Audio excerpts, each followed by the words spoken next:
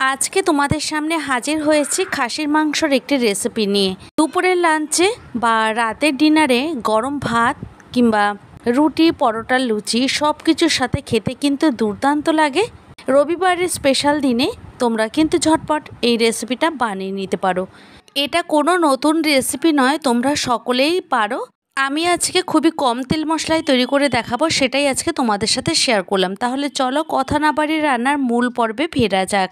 নমস্কার বন্ধুরা, বানিস food passion চ্যানেলে আবারও একটা নতুন পর্বে তোমাদের সবাইকে স্বাগত জানাচ্ছি।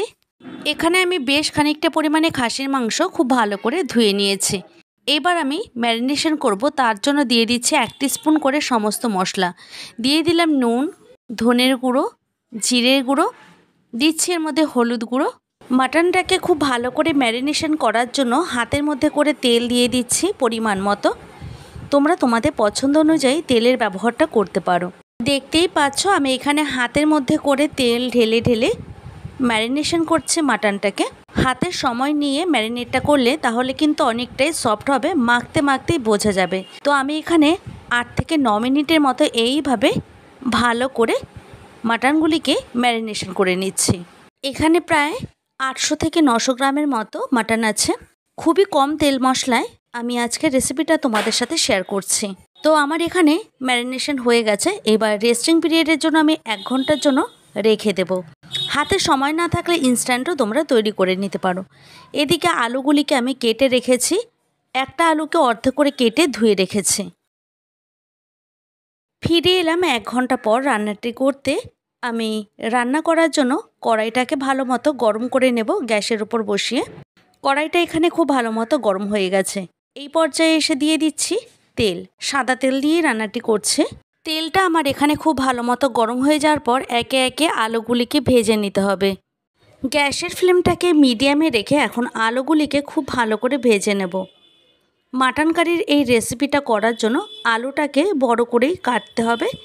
এখন আমি এর মধ্যে দিয়ে দিচ্ছি পরিমাণ মতো নুন এবং হলুদ। এতে কী হবে, আলুটা অনেকটাই সফট হয়ে যাবে। আর একটা সুন্দর কালারের জন্য আমি এখানে হলুদটা ব্যবহার করেছি। এখন খুব ভালো করে আলুটাকে এইভাবে কষিয়ে নেব। তেলে কিন্তু অবশ্যই ভেজে নেওয়ার চেষ্টা করবে, তো খেতে সেটা ভালো লাগবে। তো আলু আমার এখানে ভাজা হয়ে গেছে 3 থেকে 4 মিনিটের মতো। দেখতেই পাচ্ছ কালারটা কিন্তু চেঞ্জ হয়ে গেছে। এই পর্যায়ে এসে আলুগুলিকে আমি তুলে নেব।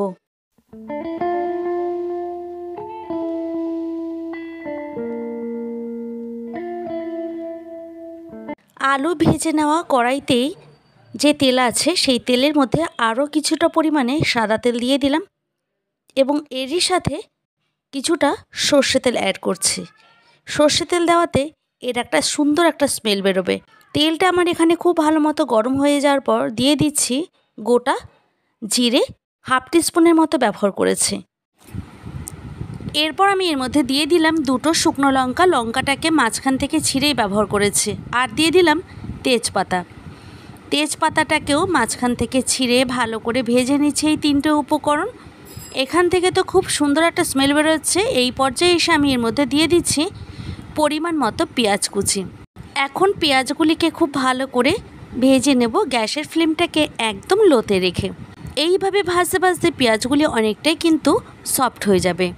এখানে মাংসের অনুপাত বুঝেই সমস্ত মশলাগুলিকে কিন্তু দিয়ে দিচ্ছি। মাংস যে পরিমাণে আমি নিয়েছি সেই অনুপাতেই পেঁয়াজ, আদা, রসুন ব্যবহার করব।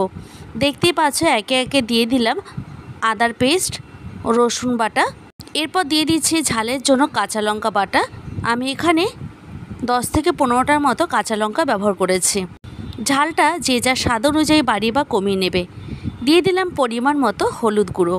এরপর এর মধ্যে অ্যাড করছি 1 টিস্পুন জিরের গুঁড়ো, 1 টিস্পুন ধনের গুঁড়ো, Kashmiri red chilli powder 1 teaspoon.